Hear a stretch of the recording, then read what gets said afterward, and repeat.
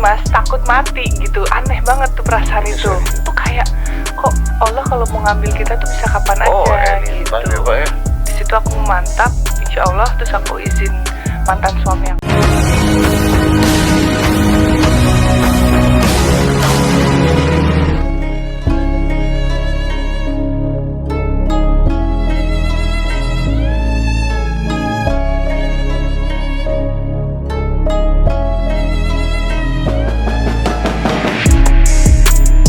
Deddy Corbuzier langsung memberikan hadiah spesial setelah Paula Verhoeven hadir di acara podcastnya beberapa waktu yang lalu.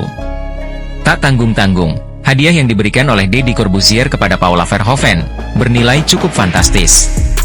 Menurut bocoran dari salah satu sahabat dekat Paula, hadiah tersebut seharga ratusan juta rupiah. Sebelumnya, sebagaimana yang diketahui, unggahan terbaru Paula Verhoeven di Instagram Story miliknya curi atensi. Hal ini karena model berusia 37 tahun tersebut tampak sedang berpamitan kepada anak-anaknya. Paula Verhoeven mengunggah video tengah berada di mobil bersama dua anaknya. Keanu Tiger Wong dan Kenzo El Drago Wong terlihat sedang tertidur di dekatnya. Wanita kelahiran tahun 1987 ini awalnya mengaku kangen berat dengan kedua buah hatinya. Untuk mengobati rasa kangennya itu, dia pun melihat video-video lama. Mama kangen sekali sama Keanu Kenzo.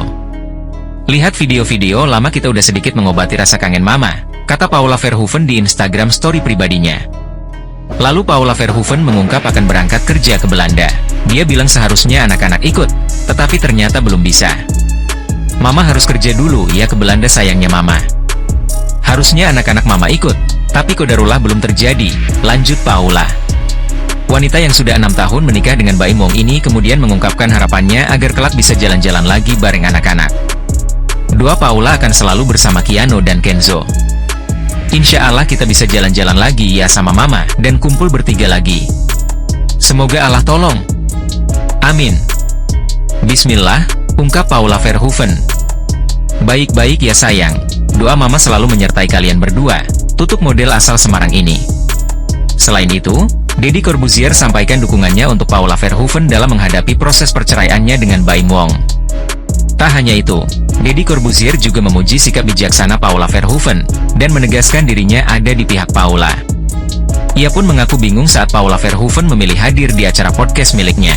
Hal ini karena sebagaimana diketahui bersama, Deddy memiliki hubungan pertemanan yang cukup erat dengan Baim Wong. Meski demikian, Deddy secara lantang menyuarakan dukungannya untuk Paula Verhoeven. Ia juga menyemangati model papan atas tanah air tersebut untuk tidak patah semangat dalam menghadapi permasalahan rumah tangganya sembari mendoakan yang terbaik. Bingung gue kalau lihat lo, tapi yang terbaik lah ya, terus berjuang. I'm on your side, kata Deddy di acara podcastnya. Ucapan dukungan tersebut pun dibalas terima kasih oleh Paula Verhoeven. Lebih lanjut, Deddy juga mengungkap bahwa banyak ibu-ibu di Indonesia yang juga menyayangi Paula. Menurut Deddy, Paula pantas mendapatkan kasih sayang tersebut karena ibu dari dua anak itu merupakan sosok perempuan yang tangguh. Banyak ibu-ibu yang sayang sama dia loh. Banyak orang-orang yang sayang sama dia. Perempuan tangguh, tutur Deddy Corbuzier. Alasan Deddy Corbuzier menyebut Paula sebagai perempuan tangguh adalah karena model cantik tersebut memilih diam saat menghadapi fitnah hingga berbagai berita miring.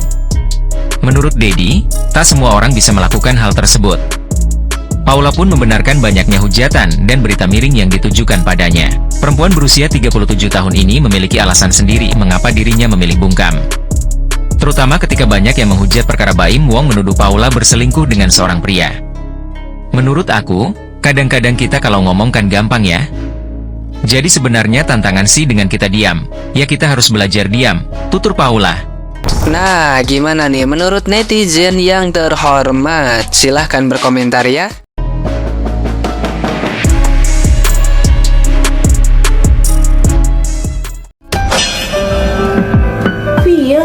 Kekhawatiran, ketakutan ternyata. Dari keempat kartu ini bisa diartikan bahwa rumah tangga mereka memang tidak baik-baik saja. Nah, sebenarnya kalau Baim bicara masih ada keinginan untuk rujuk, itu hanya pemanis saja. Sebab dalam hatinya di sini ada simbol keinginan untuk mempertahankan pendapatnya atau keinginannya mengapa dia gugat cerai. Karena memang ingin gugat cerai. Kenapa dia sampai bilang masih ada keinginan untuk rujuk? Karena di sini ada komitmen, ada keinginan-keinginan di dalam hati.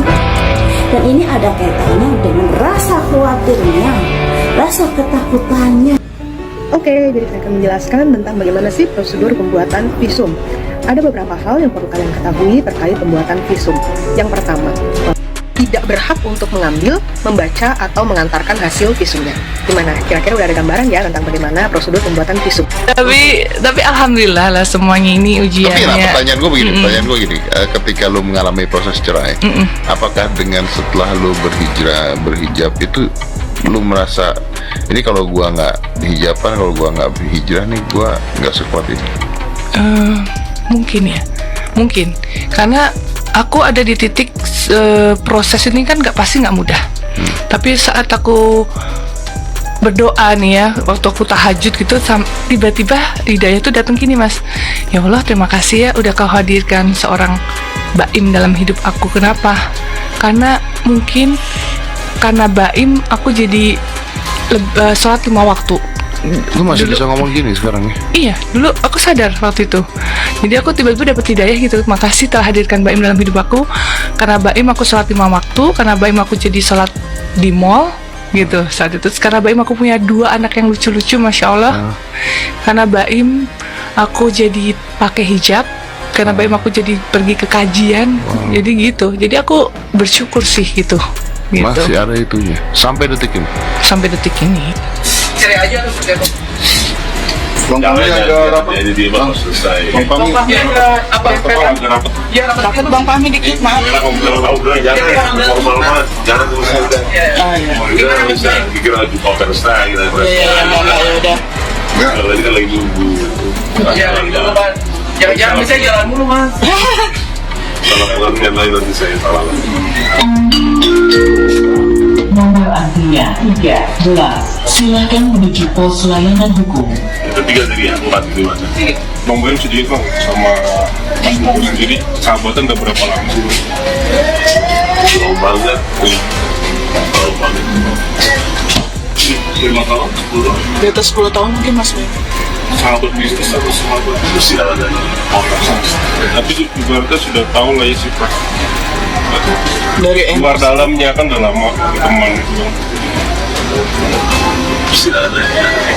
Tapi ada usaha pengen nyari dia nggak sih, Mas, untuk menyelesaikan secara Mediasi. media apa? Ya, tabayun lah gitu, tabayun. Atau sempat sudah diskusi sama mereka disatukan gitu, ngomong bertiga atau berempat sama istri Ed sendiri, udah pernah belum? Mesti ada dari itu sudah menjurus ke nama dan apa itu. Tadi gimana, Mas? Masalah ada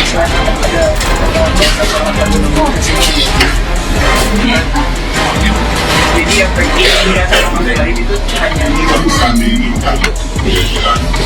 ini menyalurkan keinginan dan apa yang